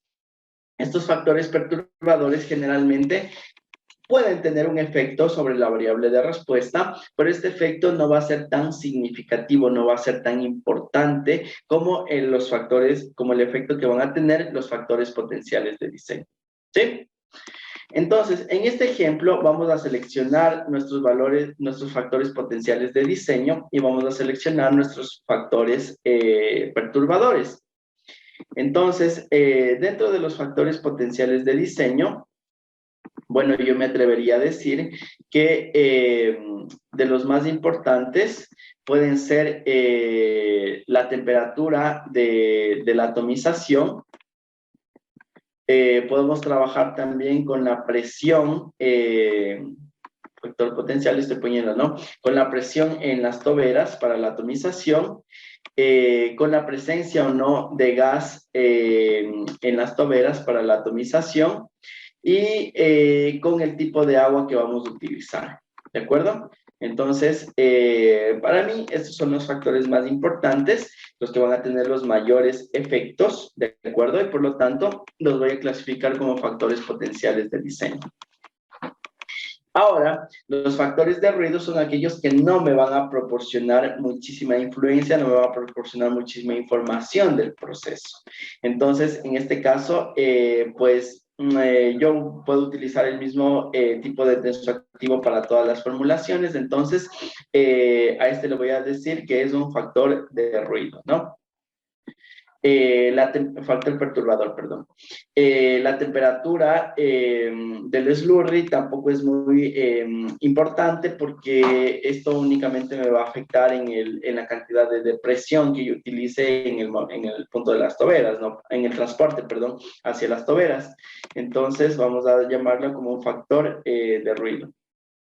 Y finalmente la viscosidad de la pasta es de efecto de la temperatura, por lo tanto, también va a ser un factor de ruido, ¿no? Entonces, fíjense en que en este caso yo he seleccionado y he clasificado los factores en función de la importancia en el efecto que van a tener, ¿no es cierto? Entonces, una vez que nosotros hemos identificado los factores potenciales de diseño, vamos a identificar claramente cuáles son los factores de diseño, los factores constantes y los factores que se les permite variar, ¿sí? ¿A qué nos referimos con estos tipos de factores? Los factores de diseño son los factores que yo voy a estudiar, los más importantes, los que a mí me interesa estudiar, ¿sí? Por ejemplo, en este caso yo puedo decir, para mí lo más importante es la temperatura de atomización y la presión. Entonces, no hay ningún otro factor que tenga una mayor injerencia sobre la variable de respuesta que estos dos factores, ¿sí? Entonces, yo a estos los voy a seleccionar como mis factores de diseño, porque son los que me interesan analizar. Pero también tengo otros factores potenciales de diseño, ¿no? Entonces, ¿qué voy a hacer con estos factores potenciales de diseño? A estos factores potenciales de diseño los puedo clasificar dentro de los factores constantes. Los factores constantes son los factores de bloque. Recuerden qué es lo que nos permitía hacer un bloque. Un bloque nos permite homogeneizar las unidades experimentales. ¿Para qué? Para que nosotros podamos estimar el error experimental, bueno, sí, la variabilidad que nos puede producir este error experimental, este factor de bloque, y quedarnos únicamente con el efecto que tiene el factor de diseño, ¿sí? Entonces, los factores que se mantienen constantes generalmente son estos factores de bloque, ¿no? Es decir, que yo en mi entorno industrial puedo darle un valor fijo y con ese valor fijo no lo voy a cambiar y voy a poder realizar las experimentaciones variando, obviamente, los factores de diseño, ¿sí? Y finalmente vamos a tener los factores que se les permite variar. A estos factores que se les permite variar generalmente los vamos a conocer como covariables, ¿de acuerdo? Estas covariables generalmente son factores que nosotros identificamos que pueden tener un efecto significativo sobre la variable de respuesta, pero sin embargo es muy difícil controlar en un entorno industrial, ¿sí? Generalmente estos factores que no se les permite variar, o los factores perdón, que se les permite variar o las covariables, son factores de difícil control. Por ejemplo, la humedad en ambientes industriales, ¿no? Supongamos que yo estoy produciendo mi chocolate, obviamente la composición del chocolate, el sabor del chocolate, la calidad del chocolate va a verse afectada por la humedad del ambiente, pero en muchas ocasiones es diferente, es muy difícil controlar esta humedad, ¿no es cierto? Entonces simplemente no la voy a poder controlar, entonces le voy a permitir variar en el proceso y obviamente voy a tomar esos datos, voy a reportar esos datos y voy a utilizarle en el análisis estadístico, pero no significa que le voy a controlar a la humedad, ¿sí? O en cualquier entorno industrial, ¿no? Ustedes pueden hacer un símil con los proyectos en los que estén trabajando, los entornos en los que estén trabajando, y pueden ir identificando, ¿no? Precisamente cuáles son estos factores constantes, los que ustedes pueden mantenerlos constantes como un bloque y cuáles los van a permitir variar, ¿no? Muchas veces estos bloques también pueden considerarse los operarios, pueden considerarse los turnos, porque a pesar de que se tratan de mantener las condiciones similares en cada turno, que cada operario trabaja en condiciones similares, no necesariamente va a pasar eso, y entonces, por lo tanto, también se puede bloquear estos factores, ¿no? ¿Para qué? Para que nosotros tengamos una idea, no una idea, sino un valor más claro del efecto que tiene el factor de tratamiento. Y ahora sí, finalmente vamos a trabajar con los factores perturbadores. Estos factores perturbadores son aquellos que no los podemos controlar, ¿de acuerdo? Que nos van a modificar el ambiente, pero no nos interesan estudiar, ¿sí? Entonces vamos a tener factores controlables y factores no controlables.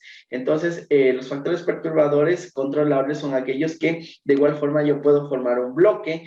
No me interesa estudiar, pero la formación del bloque me permite eliminar el efecto en mis resultados, ¿no? Me permite eliminar el efecto de este factor y únicamente quedarme con el efecto del factor de tratamiento. Y los factores de ruido son aquellos factores que no son controlables y generalmente estos factores de ruido están asociados a las condiciones ambientales, es decir, la luminosidad, la humedad, la temperatura externa y bueno, las precipitaciones, etcétera, etcétera, ¿no? Dependiendo del tipo de proceso que estemos trabajando. Generalmente, cuando estamos trabajando en entornos industriales, también es muy complicado, por ejemplo, controlar la temperatura. Entonces, la temperatura muchas veces puede, como siempre se tiene una oscilación, ¿no? Entonces, puede considerar como una covariable en el caso de que nos interese saber el efecto que tiene la temperatura, y si no nos interesa, pues simplemente la consideramos un factor de ruido y no la medimos, ¿sí? A menos que tenga un efecto muy importante, y ahí sí le vamos a colocar como covariable, pero eso ya depende del contexto en el que estemos trabajando. Como les dije, en el diseño experimental es súper importante la experiencia que tenga la persona, ¿no? ¿Por qué? Porque la experiencia que tenga la persona sobre el proceso nos va a permitir tomar decisiones más acertadas tanto en la elaboración del diseño experimental como en el análisis y obviamente en las conclusiones a las que se pueden llegar.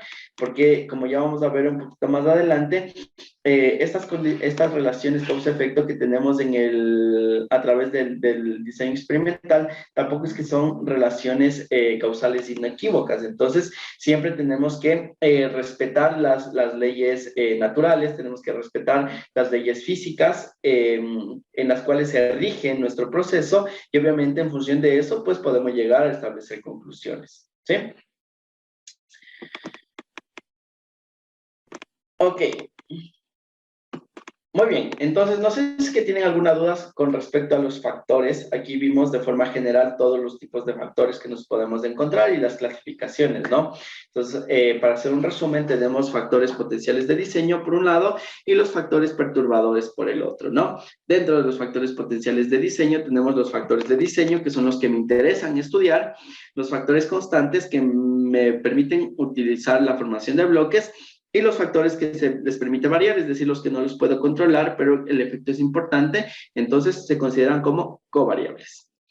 Y por el otro lado, en los factores perturbadores tenemos los factores controlables y los factores no controlables.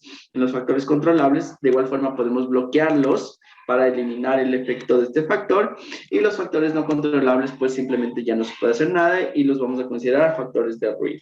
Lo importante de estos factores de ruido es que el efecto que van a tener no va a ser significativo. Tenemos que estar seguros que para considerar un factor como un factor de ruido es que el efecto que éste tenga sobre la variable de respuesta sea muy chiquitito.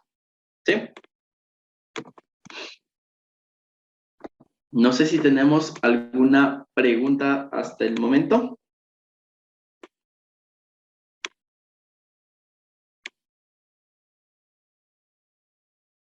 No, les voy a rogar que me den un segundito, solo voy por un vaso de agua y regreso.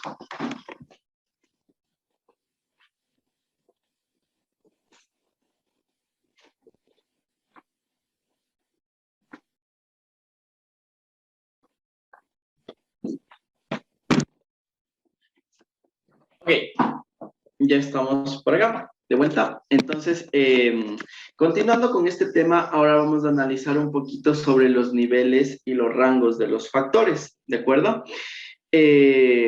Entonces, bueno, en esta lámina tenemos básicamente un resumen de lo que habíamos hablado, ¿no es cierto? Una vez que nosotros identifiquemos los factores que influyen en el desempeño de un sistema, los tenemos que clasificar, ¿no? Primero en factores potenciales de diseño y en los factores perturbadores. Los factores potenciales de diseño los clasificamos en los factores de diseño, constantes y factores que se les permite variar o covariables.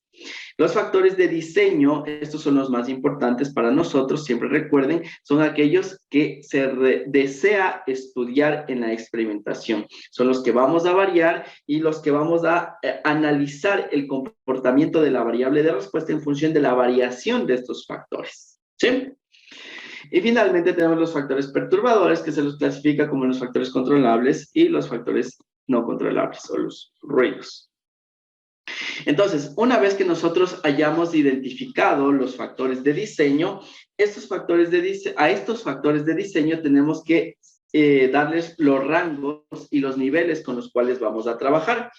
¿A qué me refiero con rangos? Cuando estamos hablando de rangos, va a ser el límite máximo y el límite mínimo dentro del cual vamos a trabajar con nuestros factores, ¿de acuerdo? Es decir, todo el espectro que vamos a considerar del factor para poder variarlo dentro de ese rango, ¿sí? Y los niveles son los puntos, los valores que yo le voy a dar a este factor, ¿de acuerdo? ¿Para qué? Para yo poder hacer el análisis, ¿sí? Entonces,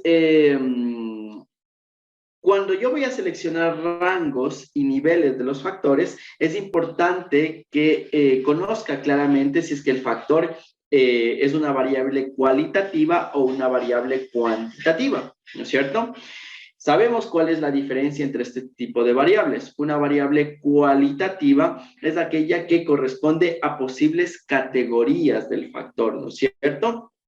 Ejemplos de variables cualitativas puede ser el sexo, ¿no es cierto? Hombre, mujer, una cualidad.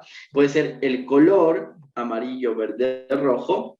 Puede ser, qué sé yo, si estamos analizando el tipo de semilla de una plantación, el tipo de semilla, la semilla A, la semilla B, la semilla C. Si estoy analizando entre dos tratamientos diferentes, el tratamiento 1 y el tratamiento 2, ¿sí? Entonces toman una cualidad, toman un valor específico. Y los factores cuantitativos son aquellos que nos permiten cuantificar una magnitud, ¿no es cierto? Entonces son los valores, son aquellos factores, perdón, que pueden tener un valor en específico. Factores cuantitativos, por ejemplo, en los casos sociales, la talla, puede ser la edad, puede ser, qué sé yo, bueno, cualquier cosa, ¿no? La estatura, puede ser la longitud, puede ser el tiempo, bueno, tenemos una gran cantidad de factores, ¿no? Dentro de estos factores cuantitativos, nosotros tenemos que distinguir entre aquellos factores que son continuos y aquellos que son discretos. Entonces, el mismo término, la misma definición de las variables continuas y discretas, ¿no? Entonces, variables continuas, aquellas que pueden tomar un solo valor, cualquier valor, y las variables discretas, aquellas que pueden tomar un solo valor, ¿no? Entonces, por ejemplo, una variable discreta podría ser la edad en años de una persona, puede tener 1 año, 2 años, 3 años, 4 años, 5 años, ¿no es cierto? Una variable discreta podría ser los días de la semana, tengo el 1, 2, 3, 4, 5 días de la semana. En cambio, que una variable continua puede tener cualquier valor, ¿no es cierto? Entonces, por ejemplo, puede ser la estatura de una persona, puedes tener 1,68 centímetros, 1,69, 1,70, 1,71, 1,80, lo que sea, ¿no es cierto? Entonces puede tomar cualquier valor dentro de, bueno, puede tomar cualquier valor definitivamente esa variable, ¿no? Entonces, una vez que nosotros hayamos identificado esto, el tipo de factor con el cual estamos trabajando, tenemos que seleccionar los rangos y los niveles con los cuales vamos a trabajar. Como les dije, los rangos es todo el espectro, el límite máximo y mínimo con el cual voy a trabajar, y el nivel va a ser el punto exacto con el cual yo le voy a dar el valor a la variable, ¿sí? Para que esto nos quede un poquito más claro, de igual forma vamos a utilizar un ejemplo, ¿sí? Entonces, en el caso del ejemplo que nos habíamos planteado, ¿no? Tenemos que como factores potenciales, como factores de diseño seleccionamos estos dos, la temperatura y la presión. La temperatura de atomización y la presión en las toberas, ¿no? Entonces, aquí tenemos mi primer factor, temperatura, y tenemos la presión, ¿sí? Supongamos que yo ya me conozco bastante bien el proceso, entonces digo que la temperatura puede tolerar el proceso una temperatura mínima de, qué sé yo, de 400 grados centígrados y una temperatura máxima de 600 grados centígrados. Entonces, este es el rango que yo estoy marcando para mi variable, ¿no? Voy a trabajar con una temperatura de 400 grados hasta 600 grados. En todo este espectro es en el cual yo puedo trabajar. Y ahora vamos a hacer lo mismo con la presión. Y la presión, digamos que yo puedo trabajar desde un valor de 15 PSI hasta 30 PSI. ¿De acuerdo? Entonces, abajo de 15 PSI no voy a tener suficiente presión que alimente la torre, se me va a quemar el atomizado. Y arriba de 30 PSI, pues no voy a tener mucho flujo y por lo tanto se me va a hacer una pasta y no voy a atomizar nada, ¿de acuerdo? Entonces, dentro de estos rangos yo tengo que trabajar porque ya los he fijado en función de la experiencia. Ahora, una vez que identifico los rangos, tengo que identificar los niveles también. Entonces, estos niveles son los valores puntuales con los cuales yo voy a trabajar, ¿de acuerdo? Entonces, digamos que supongamos que en el caso de la temperatura yo voy a trabajar con 3 niveles diferentes. Entonces, lo que se recomienda generalmente es trabajar con un nivel bajo y un nivel alto. Si es que yo tengo una mayor disponibilidad para hacer una mayor cantidad de pruebas experimentales, puedo aumentar puntos centrales entre estos niveles altos y bajos. ¿Para qué? Para que yo pueda luego generar una curvatura y analizar la superficie de respuesta. ¿Sí? Pero si es que yo simplemente estoy haciendo un tamizado y estoy viendo cuál de los factores es más importante, pues únicamente podría trabajar con 2 niveles diferentes, que sería una temperatura alta y una temperatura baja, siempre dentro de los rangos que me estoy estableciendo, ¿sí? Entonces, en este caso, supongamos que yo voy a trabajar con una temperatura baja de 450 grados y una temperatura alta de 550 grados. Entonces, este va a ser mi nivel 1, el nivel bajo, y el nivel 2, el nivel alto, ¿no? De igual forma, en la literatura ustedes se van a encontrar con diferentes tipos de nomenclatura. Generalmente el nivel bajo lo vamos a marcar con -1 y el nivel alto lo vamos a marcar con el símbolo 1, ¿sí? Y lo mismo va a pasar con la temperatura, con la presión. Entonces voy a trabajar con 2 niveles diferentes y en este caso voy a seleccionar los límites de operación, que tampoco es ningún impedimento, ¿no? Entonces voy a trabajar con 15 PSI y con 30 PSI. Entonces aquí tengo mi nivel bajo y aquí voy a tener mi nivel alto. ¿De acuerdo? Entonces, a eso es a lo que nos referimos con los niveles y los rangos de las variables. ¿Sí? Esto en el caso de factores continuos, como ustedes pueden ver, perdón, de factores cuantitativos, como ustedes pueden ver, yo puedo seleccionar el valor que yo desee, ¿no? Obviamente en función de la experiencia que tenga. Pero ¿qué tal si tengo un valor, una variable cualitativa? En ese caso, yo lo que tengo, mis niveles de la variable cualitativa van a corresponder a las diferentes categorías. ¿Sí? Recordemos un poquito el ejemplo que les puse de las semillas. Entonces, supongamos que yo quiero probar 3 tipos de semillas diferentes, la semilla A, la semilla B y la semilla de tipo C. Entonces, obviamente, mi rango de operación va a ser desde la semilla A hasta la semilla C y nuevamente los niveles que voy a utilizar van a ser cada categoría de semilla que voy a utilizar, ¿sí?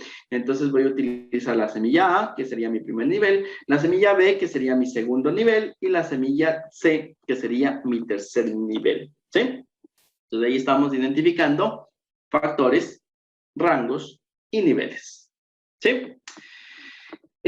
No sé si es que tienen hasta aquí alguna pregunta. Esto es uno de los principios básicos, de los conceptos básicos que tenemos que conocer en el diseño experimental, ¿no? Entonces sí es importante que tengamos súper claro qué es un factor y cuáles son los niveles del factor con el cual vamos a trabajar, ¿sí?